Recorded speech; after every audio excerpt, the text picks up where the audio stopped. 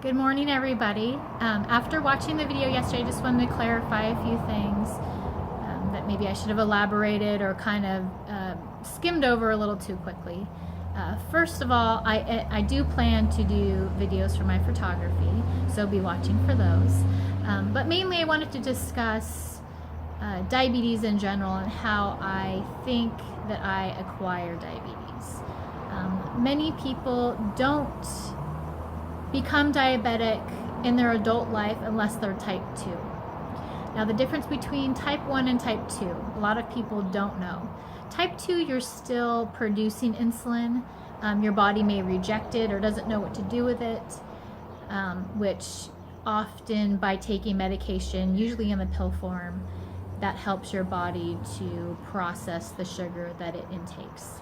Type 1s no longer produce insulin, so they have to give themselves insulin either by injection or pump, or those are pretty much the only two ways right now. I know they're doing research right now, which they're always doing research for everything, and who knows if they'll ever come up with a cure. Fingers crossed. So my particular story, I had switched jobs and got a new primary care physician and was going for my first physical. During the physical, she was feeling my neck, which I'm sure other doctors had done that, but for some reason I don't remember them doing that before. But she had felt a nodule on the left side of my thyroid. So she wanted me to go in to an endocrinologist to get it checked out. So I think within a week or two, I had my appointment for the endocrinologist, went in, and they did an ultrasound, just like they do when you're pregnant, you know, the gel and the little, whatever you call that thing. But went over my thyroid, inspected the nodule. It seemed like it was fine at the time. So they scheduled me for 3 months out, and again, they did another ultrasound. Still seemed good. I think the third time I went back, you know, it was looking a little suspicious. They wanted to check it out. So they did a needle aspiration. So they got this needle. It's like the fish story. The needle was this big, and then it was this big. But they put a needle in my neck and inserted it into the nodule and took fluid out to test.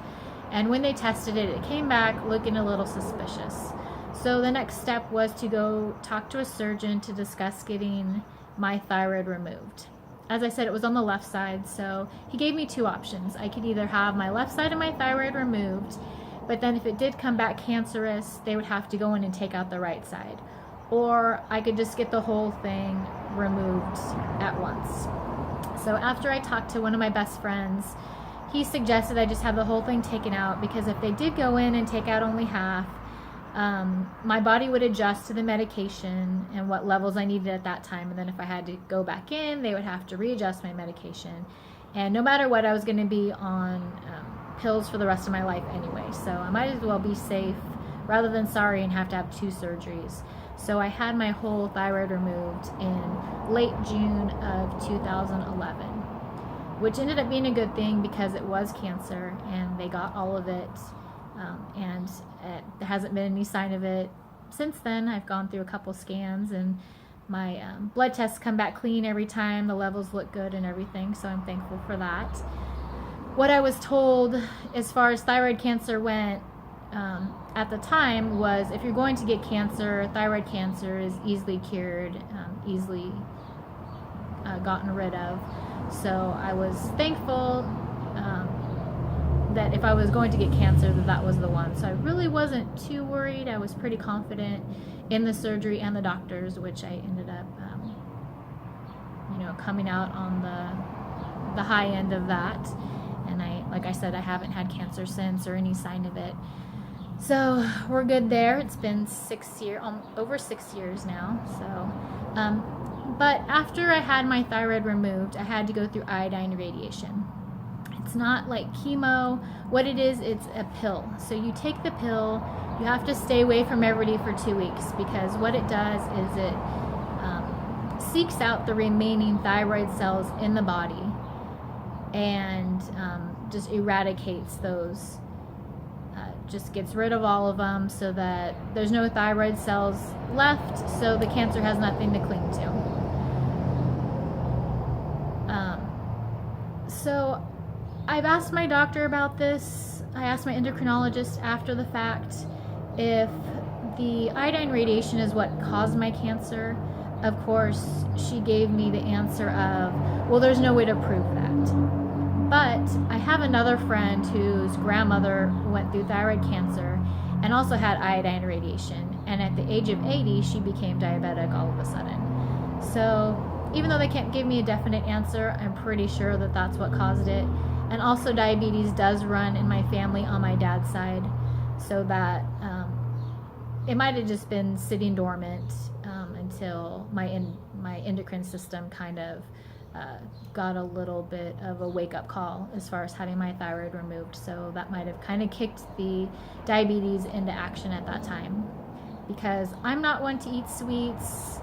But that's mostly type 2. Type 2s are the ones that become diabetic because of their lack of exercise, their poor eating habits, and things like that. Type 1, we're just, we just win the lottery and end up being diabetic at no fault of our own. So at first, when I found out I was diabetic, they thought I was type 2 and they put me on pills. The first pills were metformin. I took those over the next 6 months. Really no change in my blood sugars, really no help to me whatsoever. I was dropping weight, which for me, I've always been a thin person. So for me to drop weight, it's pretty noticeable. So they switched me over to a different medication. Again, that didn't help. So about a year after I found out I was diabetic, they thought, you know what, maybe you're type 1 rather than type 2. So they put me on insulin, and within, I think, a week or two, I had gained like 10 pounds back, which was great. But instead of taking a pill every day, I was having to give myself injections of insulin 4 times a day. Once in the evening for the long-term, the long-acting insulin, or the slow-acting, I should say. It's the one that kind of helps you throughout the day, just keep your levels consistent. And then the fast-acting is what you take when you're getting ready to eat a meal or a snack or anything like that. So that wasn't fun. I was having to prick my fingers for 4 to 6 times a day and inject myself with insulin 4 times a day. And I just didn't want to do it. I was in denial. I didn't really think I was diabetic. I thought that one day I would wake up and it would just be like, you're not diabetic anymore. But that wasn't the case, and I was kind of digging myself into a hole. Luckily, I'm not a person that eats horribly. I eat fairly healthy, and I always have. I'm a chicken and salad kind of person over a fried food and fast food kind of situation, which was good in my case, especially since I wasn't being as consistent as I should have been in checking my blood sugars and giving myself insulin, because if I was one of those horrible eaters, I could have done a lot of damage to myself. But still, I wasn't doing good, and I went into my doctor for my regular appointment about a year into having, well, not a year into having diabetes, but a year after them saying that I was type 1. So about 2 years into being diabetic, or knowing that I was diabetic. So she was looking at my levels and just, kind of grimacing and giving me the shaking of the head and kind of giving me the guilt trip and slapping of the hand situation because I wasn't taking care of myself. And I was like, you know what, the doctor's not going to tell me what to do. But it really hit home when she told me I was essentially killing myself by not managing my diabetes. Because the effects and everything that I had been feeling up to that point and my mismanagement was on me. I mean, it was my fault. So I finally just had to kind of own up to my situation and ask for help, which I know a lot of us hate to ask for help, but it got to the point that I either asked for help or it was just gonna keep going downhill. So at that time I discussed with my doctor about going on an insulin pump, which a pump is always connected to you. You know, you can take it off if you want to go swimming or take a shower or whatever, but it's constantly giving you insulin while you have it attached.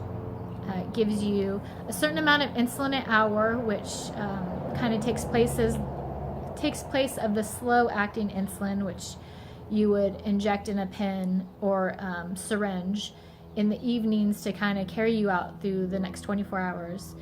And then you would calculate your carbs when you're going to eat and input that into your pump, and it would give you the correct amount of insulin by calculating your current blood sugar and the carbs you were going to intake for your meal. So that really helped a lot, not having to worry about having my pen on me, not worrying about having 2 different pens, having to remember to take my Lantus at night if I was on a little bit different of a schedule and wasn't home during my regular hour that I did my slow acting. So that was good, except I always had something tethered to me, which wasn't fun, but it helped my diabetes so much and just made me feel a lot better, just overall, mentally, physically.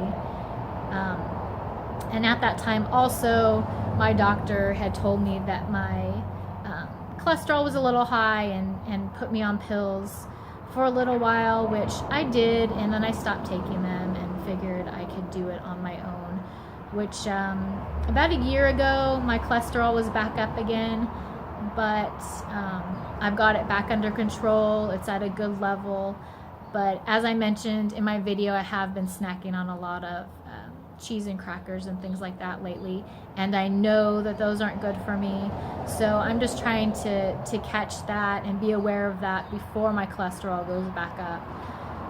And I've been on a regular exercise regimen, which is awesome because I grew up in the gym.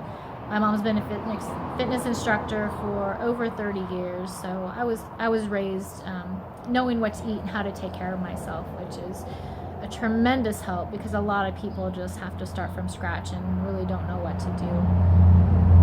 So I've been on the insulin pump since 2013 and it's been great. I've had a few malfunctions with my pump. I had to get a new pump one time because now living out here in Arizona, it was a little hot one day and my pump just malfunctioned and wouldn't come back on or wouldn't do anything. So since then, everything's been great. And like I said, I'm really, over the last 6 months, have been trying to be more consistent and just really pay attention to what I'm intaking into my body, the exercise that I'm getting, and just being conscious of all that. And, you know, even healthier than I was before. And I don't want to be one of those diabetics. I had a neighbor that lived next to me that had both of his legs amputated and was on dialysis, and I'm not going to be that person. On the other hand, I also have a 90-year-old aunt on my maternal grandmother's side that is type 1 diabetic, and she's still kicking. She's still getting out and doing stuff and looks great. She looks like she's 60, and she manages her diabetes and she takes care of herself, and that's what I want to do. That's where I want to be. So you guys are going to see me for a long time. I'm tearing up. But any of you need any help, if any of you are pre-diabetic and you might need some suggestions or just some guidance, I'm here. Just let me know. I'm more than happy to help. So that's it for now. See you guys next time. Bye.